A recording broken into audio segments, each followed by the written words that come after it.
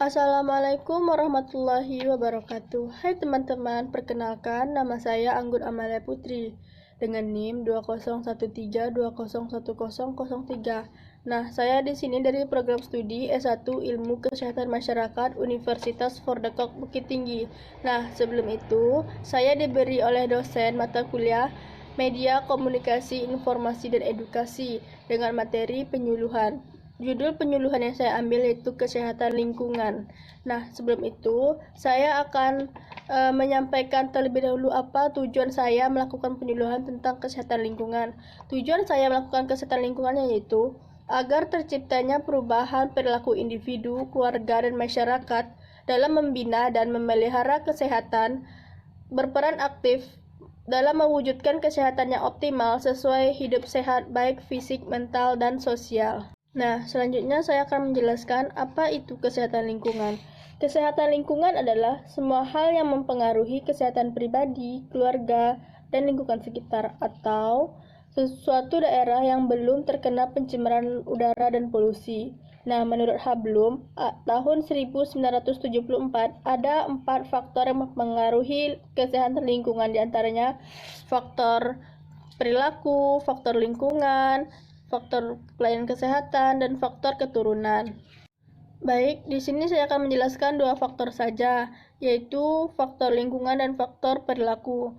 Nah, syarat lingkungan sehat menurut faktor perilaku yaitu tersedianya air bersih. Sumber air bersih diantaranya sumur pompa, sumur gali, PDAM, perusahaan daerah air minum, PMA, penampungan mata air, dan PAH, penampungan air hujan. Nah, adapun faktor perilaku, intinya kita harus melakukan PHBS, perilaku hidup bersih dan sehat. Di antaranya, biasakan buang air besar di jamban. Yang kedua, cuci tangan memakai sabun sebelum dan sesudah makan, serta setelah buang air besar dan buang air kecil. Yang ketiga, mandi maksimal 3 kali sehari, minimal 2 kali sehari. Adapun yang selanjutnya yaitu syarat rumah sehat. Di sini kita mengetahui syarat rumah sehat itu harus ada pencahayaan, atap rumah warna terang dan tidak bocor. Yang ketiga, dinding harus bersih, harus terang. Yang keempat, ada jamban keluarga dan terdapat tempat penampungan limbah yang baik, tertutup dan tidak mencemari lingkungan. Yang kelima, ventilasi harus cukup. Yang keenam, lantai bersih dan tidak lembab. Yang ketujuh, bebas tikus dan serangga. Yang kedelapan, mempunyai tempat sampah. Yang kesembilan, terdapat lubang asap dapur. Dan yang kesepuluh, halaman harus bersih dan ditanami yang bermanfaat seperti toga. Apa itu toga? Tanaman obat keluarga. Dan tidak ada genangan air.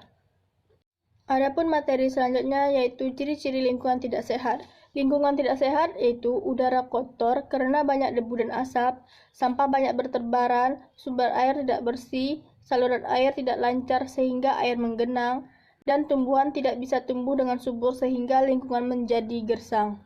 Nah, adapun macam-macam pencemaran yaitu terbagi 3, pencemaran udara, pencemaran air, dan pencemaran tanah.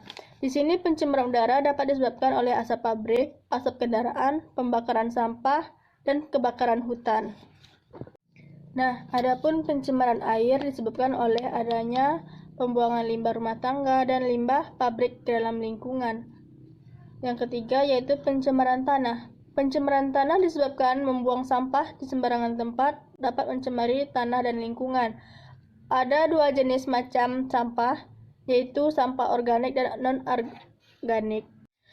Sampah organik yaitu sampah yang berasal dari sisa makhluk hidup yang mudah terurai secara alami tanpa proses campur tangan manusia untuk dapat terurai. Sampah organik basah yaitu sampah yang mempunyai kandungan air yang cukup tinggi.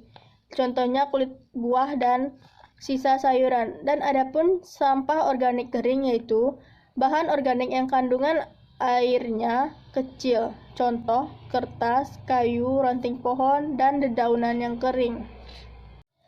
Adapun sampah anorganik yaitu sampah yang tidak mudah membusuk dan sebagian besar tidak bisa diurai secara alami dan membutuhkan waktu yang sangat lama.